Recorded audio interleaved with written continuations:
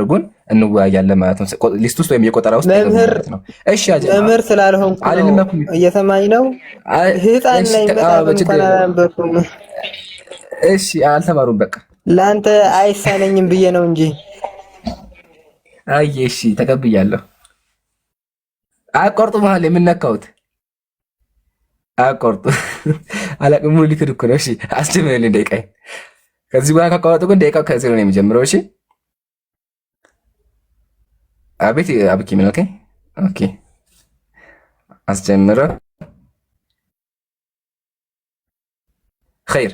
ስለዚህ እስቲ ስላሴን አባቴ ቅዱስ ሚካኤል ማስረዳት ይችላል ወይስ አይችልም የሚለውን እናያለን። ወገኖቻችን አብ ወልድ መንፈስ የሚባሉ ይተዋሃዱ በመለኮት ወይስ ሰለሱ በአካል ሶስት በመለኮት አንድ ተብለው የሚታመኑ ሶስት አምላኮች አሏቸው። ስማቸውም ደግሞ አብ ወልድ መንፈስ ቅዱስ ነው። እነዚህን አካል እንደ አምላክ ያመልካሉ። ግን መጽሐፍ ቅዱስ ላይ አምላክ ናቸው የሚል የለም። ኢቭን መጽሐፍ ቅዱስ ላይ ምንድነው ተመልከቱ፣ እኔ እግዚአብሔር ነኝና ሌላ የለምና ነው ያለው። እግዚአብሔር እኔ እግዚአብሔር ነኝ ሌላ የለም ነው ያለው። ወገኖቻችን ያምናሉ እግዚአብሔር ብቻ አይደለም ሌላ እግዚአብሔር አለ ብለው ያምናሉ። ስለዚህ የመጀመሪያ ጥያቄ የሚሆነው ወገናችን አባቴ ቅዱስ ሚካኤል እባክዎትን ከመጽሐፉ ላይ ስላሴ የሚለውን ነገር የትኛው ነብይ እንዳመነበት ያምጡልኝ። አምጥተው ሊያሳዩ ይፈልጋለሁ። በመቀጠል እነዚህ እግዚአብሔሮች ምን ያደርጋሉ ወደሚለው ስንመጣ ሲጀመር እነዚህ እግዚአብሔሮች እኮ ጀማ ተቀምጠው የሚሰባሰቡ የሚያወሩ ኢቭን እንስሳ የሚሸከማቸው ናቸው። ማስረጃ ደግሞ ላቅርብ። ተመልከቱ። እንደዚህ ለመጽሐፍ ቅዱስ ላይ መዝሙረ ዳዊት ምዕራፍ 123 ላይ በሰማያት የምትኖር አይኖቼ ወደ አንተ አነሳለሁ። የት ነው የሚኖረው? ሰማይ ላይ። ሰማይ ላይ እግዚአብሔር የት ነው ያለው ካለ ደግሞ ተመልከቱ መጽሐፍ ቅዱስ ቀጥሎ ምን እንደሚል እንመከት። ሚክያስም አለ እንግዲህ የእግዚአብሔርን ቃል ስማ፣ እግዚአብሔር በዙፋኑ ተቀምጦ የሰማይ ሰራዊት ሁሉ በቀኝና በግራ ቆመው አየሁ አለ። ሄዱ ሄዱና እግዚአብሔር እንስሳዎች ተሸክመውት ነው ያለው። ላሳያችሁ ተሸክመውት ደግሞ እንደሆነ ያው እነዚህ አንደኛው ለጌትነቱ ዙፋን ብርሃን አደረገ ካለ በኋላ የመጀመሪያ ፊቱ የሰው ፊት ይመስላል፣ የሶስተኛ ፊቱ የላም ፊት ይመስላል፣ አራተኛ ክንፍ አላቸው ያይናገር ይታያችኋል። እዚህ ጋር እግዚአብሔር አለ፣ አንበሳ አለ፣ ሰው አለ፣ በሬ አለ፣ ንስር አለ። እነዚህ ምን ያደርጋሉ? እግዚአብሔርን ይሸከማሉ። ያው ተመልከቱ። ከመጨረሻው እስከ ብርሃን አብን ያየ የለም። ጥቂት ብርሃን ባዩ ጊዜ ይፈራሉ፣ ይንቀጠቀጣሉ፣ ክንፋቸውን ያርገበግባሉ። አትፍሩ፣ አትደንግጡ፣ ተሸከሙኝ እንጂ እግዚአብሔር ምን አላቸው? ተሸከሙኝ እንጂ ይላቸዋል። ስለዚህ እግዚአብሔርን የሚሸከሙ የእግዚአብሔርን ዙፋን የሚሸከሙ ምን አሉ? መልአኮች አሉ። ይሄ ነው አምላክ ብለው የሚያመልኩት እንስሳ የሚሸከሙ ማለት ነው።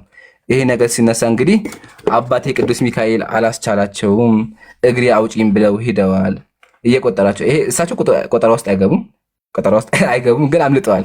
ወገኖቻችን ግን ግራ የሚገባኝ ነገር ክርስቲያኖች ቄሶቻችሁ፣ ዲያቆናቶቻችሁ፣ መጋቢ ለወይ ሐዲሶቻችሁ እስከ መቼ ድረስ ከኛ አምልጠው? እስከ መቼ ድረስ? ቆይ አያችሁ አይደለ? አምላካቸውን እንደሚፈሩት ነው የሚፈሩ። ገና ደቂቃዬን ሳልጨርስ ሳያወሩ እግሬ አውጭኛሉ። የባለፈውም እንደዛው፣ መጋቢ ለወይ ሐዲስም እንደዛው፣ ሁሉም እንደዚህ ናቸው። ሱብሃንአላህ።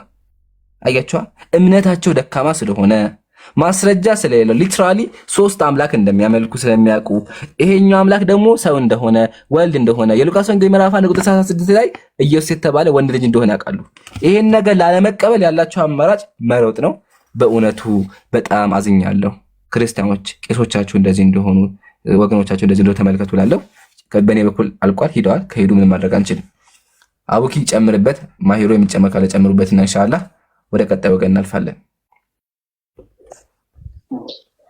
ቆይ ሚኪ ማራኪ ታወራለህ።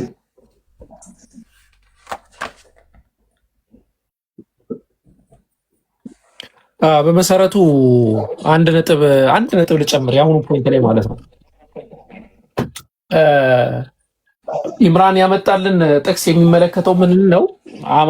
ሰዎች አማልክትንን ነው፣ አምላክንን ነው፣ ሰዎች በሙሉ አማልክትንን ብለን ነው ብሎ ነው ኢምራን እየሞገተ ያለው ማለት ነው። ይሄ የአጠቃላይ ኦርቶዶክሳውያን አስተምህሮ ነው። ባይዘው እሺ፣ የአጠቃላይ ኦርቶዶክሳውያን አስተምህሮ ነው። ምን ብለው ነው የሚያስተምሩት? ሰዎች አምላክ ናቸው ብለው ያስተምራሉ። በመጽሐፋቸው በሌላ መጽሐፋቸው ላይ ማለት ነው። የሰዎች አምላክ መሆን ብቻ ሳይሆን አምላክ እግዚአብሔር ሰው የሆነበት ምክንያት አዳም ሰው መሆን ይፈልግ ስለነበረ ታስተዋሳላችሁ አይደለ? ልክ ዘፍጥረት ምዕራፍ 3 ላይ እንዳለው ከኛ እንደ አንዱ ሆነ ሲባል ከኛ እንደ አንዱ ሆነ። ኤኒሴንስ ምን ማለት ነው ይላል? አምላክ መሆን ፈልጎ ነበር፣ የጸጋ አምላክ ነበረ። ከዛ ወደ አምላክነት ከፍ ማለት ፈልጎ ነበር። አምላክ ትሆናላችሁ ብሏቸዋል ሰይጣን ማለት ነው። ስለዚህ ያንን የአዳምን ተምኔት ለማሟላት ነው ሰው የሆነው። ከዛ በኋላ የአዳምን ስጋ አንስቶ ምን አደረገው? አምላክ አደረገው ብሎ ያስቀምጣል። ልክፈትላችሁ መጽሐፈ ሚስጥር ምዕራፍ 1 ቁጥር 41 ተመልከቱ ምን እንደሚል። መጽሐፈ ሚስጥር ምዕራፍ 1 ቁጥር የሰዎች አምላክ መሆን ሪቾ ሚዩት አድርጊ። ምን ይላል? ስለ ሰባሌውስ ትምህርት ካስተማረ በኋላ የሥላሴ ገጽ አንድ ቢሆን ኖሮ አዳም እንደ እኛ ሆነ ባላለ ነበረ። አዳም ከእኛ ጋር እንደ አንዱ ሆነ ያለው ግን ስለ ክርስቶስ ትስብእት ነው አለ። ትስብእት ማለት ሰው ስለመሆኑ ማለት ነው። ይኸውም በእግዚአብሔር ቀኝ የተቀመጠው የአዳም ስጋ ነው አለ። ታያታላችሁ እዚህ ጋር የአዳም ስጋ ነው በእግዚአብሔር ቀኝ የተቀመጠው አለ። የኛ ስጋ ማለት ነው። አንቺና እኔ የያዝነው ስጋ የአዳም ስጋ ነው፣ በእግዚአብሔር ቀኝ ተቀምጧል ብሎ ነው የሚያስቀምጠው። እና ይሄንን ፖይንት ልጨምር ብዬ ነው። ይሄ ሚካድ ሀቅ አይደለም፣ እውነታ ነው። ቀጥሉ። ኸይር አቡኪ ጀዛከላህ። ያው ክርስቲያኖች ሰምታችኋል። እናንተ ራሱ ከማ አምላክ ናችሁ፣ እንደ አምላክ ናችሁ ይላል መጽሐፋችሁ። ይገርማል። እርስ በርሳችሁ ግን እንዳትመላለኩ የሚል ማሳሰቢያ ሰጣለሁ። ተመለሱ።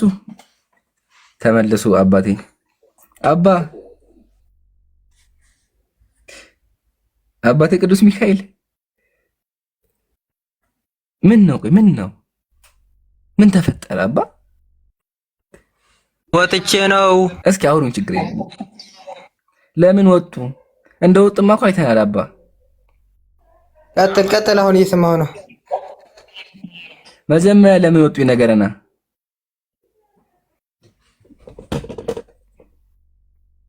አፕሊኬሽን አሳንሴ መጽሐፍ ለመመልከት አስቤ ነበር። ለዛ ነው የጠፋብኝ። በቃ ችግር የለውም። እሺ ያ በእኔ በኩል ያለውን ጨርሻለሁ። እስኪ ደግሞ 4 ደቂቃ ስጣቸው። አቡኪ ተመልሰዋልና እስኪ 4 ደቂቃ ወስደው ምን ያወሩ። አልሰማኸው? እንድገምልኝ? ይደገም ድጋሚ፣ ችግር የለውም እንደግመዋለን። እሺ አቡኪ ትችላለህ ሰዓት ማድረግ? ለማን ነው የምሰጠው? ፕሮፋይል ቀይር። አይ ይደገምልኝ ሲያው ልድገምላቸው ነው። 3 ደቂቃ አድርገኝና በ3 ደቂቃ ልድገምላቸው። እሺ ለአባብይ ሙሉ ውለታ ነው። ያው 3 ደቂቃ ጀምር። ኸይር እሺ፣ በድጋሚ ተገናኝተናል። ያው የቅድሞቹን ሐሳብ ደግሜ ያስቀምጣችኋለሁ። የመጀመሪያው ሐሳብ ምንድነው? ወገኖቻችን አብ፣ ወልድ፣ መንፈስ ቅዱስ የሚባሉ 3 አምላኮች ያመልካሉ። 3 አምላክ ያመልካሉ። ወገኖቻችን 3 አምላክ ያመለካችሁት ከየትኛው ማስረጃ ይዛችሁ ነው? ማስረጃችሁ ምንድነው የሚል ጥያቄ ቀርባለሁ። አንደኛ ለምን ወገኖቻችን አባት፣ ልጅና መንፈስ የሚባል ይሄኛው እናት፣ ይሄኛው አባት፣ ይሄኛው ደግሞ ልጅ የሆነ የተወላለዱ ይሄኛውን ያስረገዘ ይሄኛውን የወለደ አምላክ ያመልካሉ? ከየት እንደመጣ እንዲያሳዩኝ ይፈልጋሉ። ሁለተኛ ደግሞ እነዚህ አምላኮች የሚሸከማቸው እንስሳ ነው። 40 እንስሳ የሚባሉ ፍጥሮች ይሸከማቸዋል። አንበሳ፣ ሰው፣ በሬና አዋፍ ይሸከማቸዋል። ተመልከቱ እዚህ ጋር እንደሚል ድርሳነ ሚካኤል ላይ ጥቂት ብርሃን ባዩ ጊዜ ይንቀጠቀጣሉ፣ ይደነግጣሉ፣ ክንፋቸውን ያርገበግባሉ። አትፍሩ፣ አትደንግጡ፣ ተሸከሙኝ እንጂ ይላቸዋል እግዚአብሔር እንስሳዎቹን ተሸከሙኝ፣ ምን ነካችሁ ተሸከሙ እያለ ይጮህባቸዋል። ይሄ አካል ታዲያ በምን ሂሳብ ነው አምላክ የሆነው? እንስሳ ተሸክሞት ያለ ማለት ነው። አንደኛ ጥያቄ ይሄ ነው። ሁለተኛ ደግሞ መጽሐፋችሁን ገልጠን ስናነበው ምን የሚል ነገር እናገኛለን? ተመልከቱ እዚህ ጋር የሥላሴ ሶስትነት ካለ በኋላ የሥላሴ አካል ሶስትነት እንዴት ነው ቢሉ አካል ማለት ከራስ ፀጉር እስከ እግር ጥፍር ያለው ድረስ ያለው ነው አለ። ሰምታችኋል? አካል ማለት ከራስ ፀጉር እስከ እግር ጥፍር ያለው ነው ይላል። ስለዚህ አምላካቸው እግዚአብሔር ምን አለው? ከእግር ጀምሮ እስከ ጥፍር ድረስ አለው ማለት ነው። ጥያቄ ግን መንፈስ ቅዱስ መንፈስ ነው አይደለም? መንፈስ ቅዱስ መንፈስ ከሆነ ከእግዚአብሔር ከአፉ ነው የሚወጣው። ከእግዚአብሔር አፍ የሚወጣ ከሆነ ያ ከእግዚአብሔር አፍ የወጣው አካል እንዴት በሆነ ፀጉር የያዘው? ግን እዚህ ጋር መሳይ ብንመለከት ፓራክሊጦስ እያለ ትከሻ እንዳለው ምናምን ይናገራልና መንፈስ የሆነው አምላካችሁ ከአምላኮቻችሁ መካከል አንደኛው አካል ለምንድነው ፀጉርም ያለው አካል ነው? ተመልከቱ ምሳሌ ያው ሰይፈ ሥላሴ ምን ይላል? ፓራክሊጦስ ሆይ እንደ ሰው ፀጉር ላልሆነ የራስ ፀጉር ሰላምታ ይገባል። ፓራክሊጦስ አምላክ ነው። ምን አለው? ፀጉር አለው። መለኮታዊ ራስ አለው። ጭንቅላት አለው። ጭንቅላት እያለው ራስ እያለው አናት እያለው እንዴት ነው አምላክ ያላችሁት? ለምን? መንፈስ ነው በእናንተ መንፈስ ቅዱስ ከእግዚአብሔር አፍ የሚወጣ ስለሆነ ይሄን ነገር እባክዎትን በመረጃና በማስረጃ አድርገው ይመልሱልኝ። ሙስሊሞች መልስ እንፈልጋለን ማለት ነው። በተጨማሪ መጽሐፍ ቅዱስን ገልጠን ስናነበው እግዚአብሔር የሚያረጋቸው በጣም ዘግናኝ ነገሮች ነበሩ። ምሳሌ እግዚአብሔር መላእክት ተመክቶ እዚህ ጋር ምን አለ? ነብዩ ቢታለል ቃልንም ቢናገር ያንን ነብይ ያታለልኩት ማነኛ አለ? እኔ እግዚአብሔር ነኝ አለ። ጥያቄያችን እግዚአብሔር ለምንድን ነው የገዛ ነቢያቶችን የሚያጭበረብራቸው የሚያታላቸው? ኢቭን ደግሞ ትንቢተ ሆሴዕ እግዚአብሔር ተመልከቱ ምን እንደሚል ልጇ እንደተነጠቀባት ድብ እገጥማቸዋለሁ፣ የልባቸውን ስር እቀዳለሁ፣ በዚያ እንደ አንበሳ እበላቸዋለሁ፣ የምድረ በዳ አውሬ ይነጣጥላቸዋል ይላል እግዚአብሔር። እበላቸዋለሁ እንደ አንበሳ አጋጠማለሁ ይላል እግዚአብሔር። ጥያቄ እግዚአብሔር እንደ አንበሳ አጋጠማለሁ ያለው ከማን ጋር ነው? ምን አድርገውት ነው? አምላክ ነው። አምላክ እደበድባቸዋለሁ ሲል የሆነ አያስኬድም። እገጥማቸዋለሁ እጋጠማለሁ ነው ያለው። በዚያ እንደ አንበሳ እበላቸዋለሁ ነው ያለውና አምላክ እዚህ ጋር ምን አጋጥሞት የሚል ነገር ጥያቄ ቀርባለሁ። እስኪ መልሱን ደግሞ ከእርሶ እንሰማለን። አመሰግናለሁ። 4 ደቂቃ አሉት አባ። ሲዘጋጁ ተዘጋጅቻለሁ። አስጀምር በሉኝ ላስጀምርሎት። እሺ ጀምረ ችግር የለ። እኔ ያሁን ላወራት የማይረባ ንግግር ጥያቄ እየጠየቅኩ ነው የማወራው እኔ። ስለዚህ ደቂቃውን አይፈልጉትም ነው?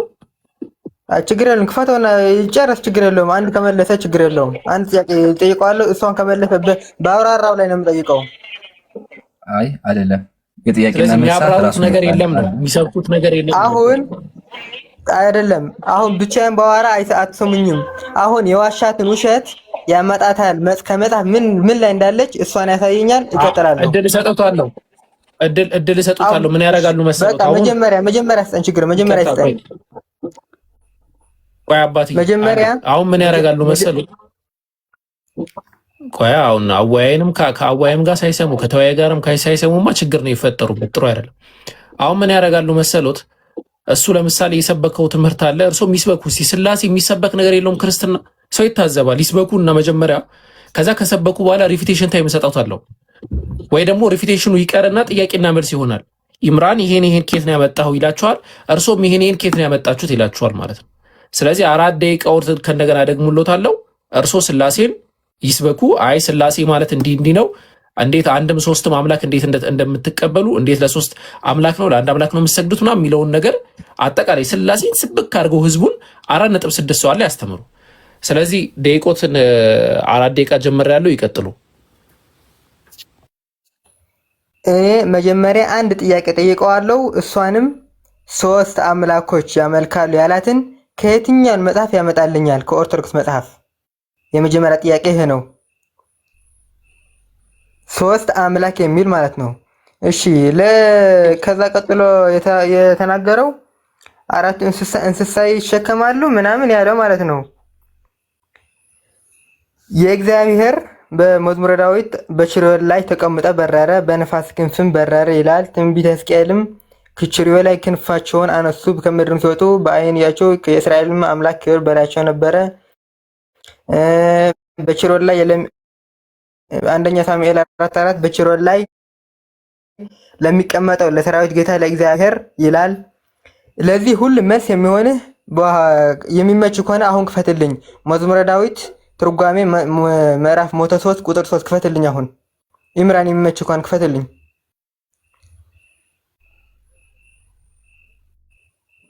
እኔ መክፈት ስለማይቻለኝ ነው። በማስረጃ ላውራ፣ አሳየኝ። ኢምራን ቆይ ደቂቃ ላቆሙለት። ኢምራን ተወያይ ነው። በእርሶ ደቂቃ ሚዩት እንዲያነሳ እኔም አልፈቅድለትም። ስለዚህ እርሶ ምን ያደርጋሉ? መጽሐፍ ነው የሚያሳየኝ። እኔ ምንም ካሜራ እንዳላሳይ ገብቶኛል። ችግር የለውም። ሀሳቡ ላይ ብቻ ማውራት ይችላሉ። እርሶ ጥያቄና መልስ ላይ እያስከፈቱ ማሳየት ይችላሉ። አሁን ሀሳቡን ብቻ ባይከፈት እንኳን እንዲህ ይላል ብለው ቢነግሩን ችግር የለውም። እናምኖታለን፣ እንቀበላለን። 2 ደቂቃ ኦልሞስት 2 ደቂቃ ምናምን ያላችሁ ቀጥሉ።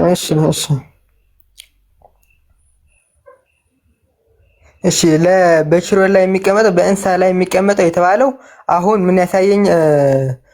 መጨረሻ ላይ የሚመቸው ከሆነ ያሳየኛል። እግዚአብሔር በችርዮን ላይ ተቀምጠ በረረ ሲባል በመዝሙር 103 ቁጥር 3 ትርጓሜ ላይ ያለ አምላክ በፍጡራን የሚቀመጥ ሆነ ሳይሆን የክብር መገለጫ እንደሆነ በደንብ አድርጎ ይገልጸዋል። እዛ ላይ ታየዋለህ ማለት ነው። ሌላ ደግሞ ጥያቄዎችን እንኳን ብዙ ሁሉ ማለትኩትም። እሺ ፀጉር ነሯር ምናምን እያለ ነበር። እሺ እሱ ደግሞ እግዚአብሔር እጅ እግር እንደኛ በሰውኛ አገላለጽ መነገሩ ለምሳሌ መዝሙረ ዳዊት 118 7 አካባቢ እጆች ፈጠሩኝ አበጃጅኝም ይላል። ይህም እግዚአብሔር እጅ ኖሮት ሰራኝ ማለት ሳይሆን በኃይሉ በጥበቡ ፈጠረኝ ማለት ነው። አንድ ፀጉር ምናምን ስትል ደግሞ ነቢይ ዳንኤል በራእዩ እግዚአብሔር ሲያየው የራሱን ፀጉር እንደ ንጹህ ጥጥ ነበር ይላል። ነጭ ፀጉር በሰው ዘንድ የእድሜ ባለጸግነትና የጥበብ ምልክት እንደሆነ ሁሉ እግዚአብሔርም መጀመሪያና መጨረሻ የሌለው ቀዳማዊ መሆንን ለማሳየት የተነገረ ምስጢር ነው። አይን ምናምን ከተነገረ ደግሞ እግዚአብሔር አይኖች ወደ ጻድቃን ናቸው ይላል አንደኛ ጴጥሮስ 3:12 ላይ ሁሉን አዋቂ መሆኑ ለመናገር ነው። እሺ የእግዚአብሔር የአምላካችን እግዚአብሔር አሁን እየተናገርኩ ያለሁት እሱ ባረሳው ርዕስ ነው እንጂ ስለ ሥላሴ በደንብ አድርጌ ለመናገር እችላለሁ በአቅሜ የቻለውን። እዚህ ላይ የኛ አምላክ አካል የተነገረለት ግብሩን መናገር ነው አንድ። ሁለተኛ ደግሞ እንደዚህ ስንል ደግሞ እግዚአብሔር መንፈስ ነውና የሚታይ የሚዳሰስ አካል የለውም። የእናንተ አምላክ ግን መንፈስ የሚል ያለ አይመስለኝም፣ የለምም። አካሉ ሲነገርለት አለው፣ እጅ አለው፣ እግር አለው፣ ጭንቅላት አለው የለውም፣ እንደዚህ የሚለውን አለው ወይም የለውም የሚለውን ሁሉን አንተ ታሳየኛለህ ማለት ነው። እሺ እንደ ሰው ነው እግር ያለው ወይ እንደምን ያለው አንተ ታሳየኛለህ ማለት ነው። እሺ ፍጹም እግዚአብሔር ዮሐንስ 4:24 እግዚአብሔር መንፈስ ነው የሚሰግዱለትም በመንፈስና በእውነት ሊሰግዱለት ያስፈልጋቸዋል ይላል።